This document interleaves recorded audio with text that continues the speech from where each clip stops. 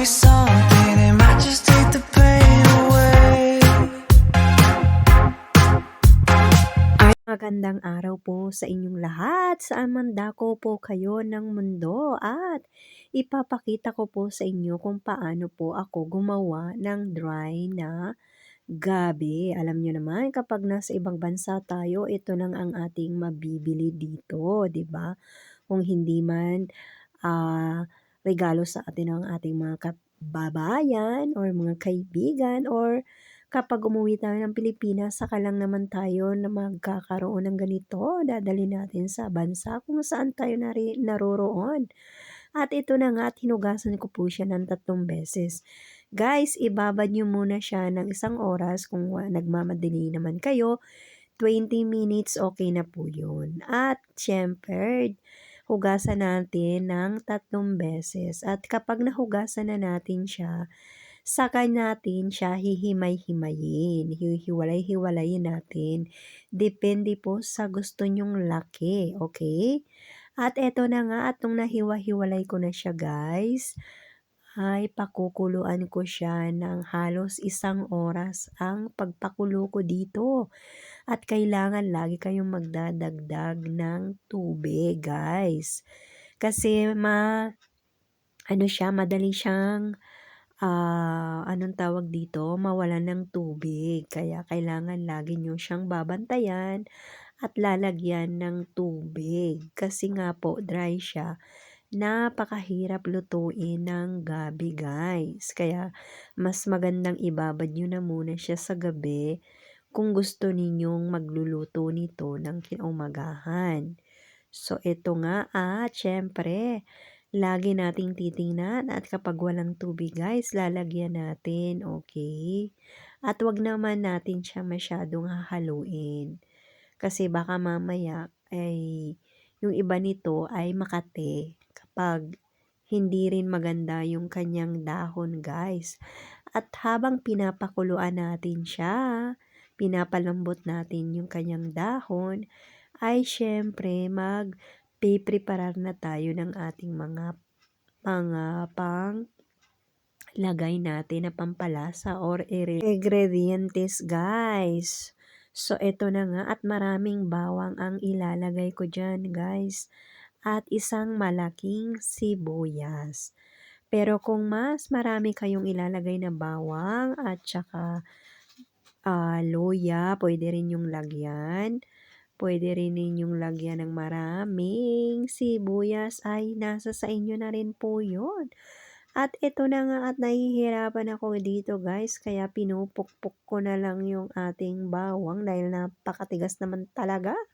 So ito ang ginagawa ko.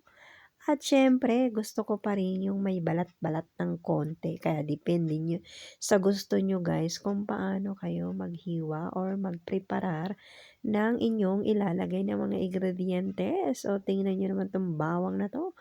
Nako, nakakagigil talaga. Diyos ko, Jay. Pasensya na po kayo kasi ito habang ako'y nagbo-voice over talagang masakit yung aking lalamunan dahil sama pa rin yung aking pakiramdam guys. 2 days nang ganito ako dahil sa temperatura dito. Alam nyo naman, pag winter season, talagang ang hirap. Dahil super duper lamig, di ba? At eto na nga, at syempre, kapag natuktok na natin siya dyan ay ito, hiwa-hiwain na natin ng paganyan. Kung gusto nyo naman na buo, okay lang yun guys. Tanggalan nyo lang ng balat, pukpukin ninyo, okay na yun. Pero dahil ako nga ay sinisipag pa ng konti guys.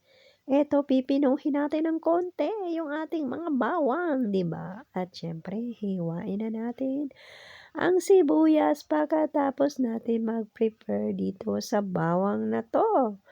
Di ba? At saka guys, depende sa inyong mga panghalo sa ating gabi. Pwede rin pong isdang prinito, pwede rin pong karne, pwede rin po na isda na sariwa. Depende rin yun. Pwede rin yun, guys. Pwedeng hipon, pwede namang alimango. So guys, ang ilalagay ko ditong ating ah, anong tawag dito? Ating ilalagay dito sa aking gabi ay hipon. Yun ang aking ilalagay dito. So, eto na nga, aparte naman, habang ako'y nagpapakulo pa rin, nagpapalamot pa rin tayo ng gabi, guys. Hanggang sa bumaba yung kanyang sabaw, ay syempre, magigisa na muna tayo ng ating sibuyas at bawang. At syempre, ilalagay ko yung ating gambas or hipon dito, guys. Para nga po sumarap yung ating gabi na ginatan, 'di ba? Kaya eto na, at kapag nagisa na natin, mapula-pula na 'to, ay ilagay na natin yung ating hipon, guys, okay? Pasensya na po kayo sa pagvo-voice over ko dahil talagang masakit ang aking garganta, ang aking lalamunan, dahil kapag ako'y humihinga talagang naku, baka lumabas yung aking sipon. Grabber, 'di ba? So eto na nga, pasensya na kayo habang ako nagvo-voice over ay pagkain naman ang ating, ah, anong tawag dito, ang ating, ginagawa, ang ating pagvo-voice over tungkol sa pagkain. Pasensya na po kayo guys, hindi ko po intensyon 'yun.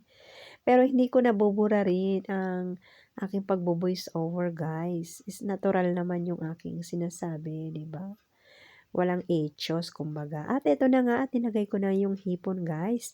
At syempre, yung ilalagay nating pangtimpla dito ay pwede rin kayong maglagay ng chicken cubes, beef cubes, kung ano mang pampalasa meron kayo, or kaya fish cubes, depende yun guys. Sinasabi ko sa inyo, depende sa pampalasa ninyo. Asin ay kailangan din natin talaga siyang lalagyan. Pero ako kasi mahilig ako sa chicken cubes guys. Ang pampalasa ko ito.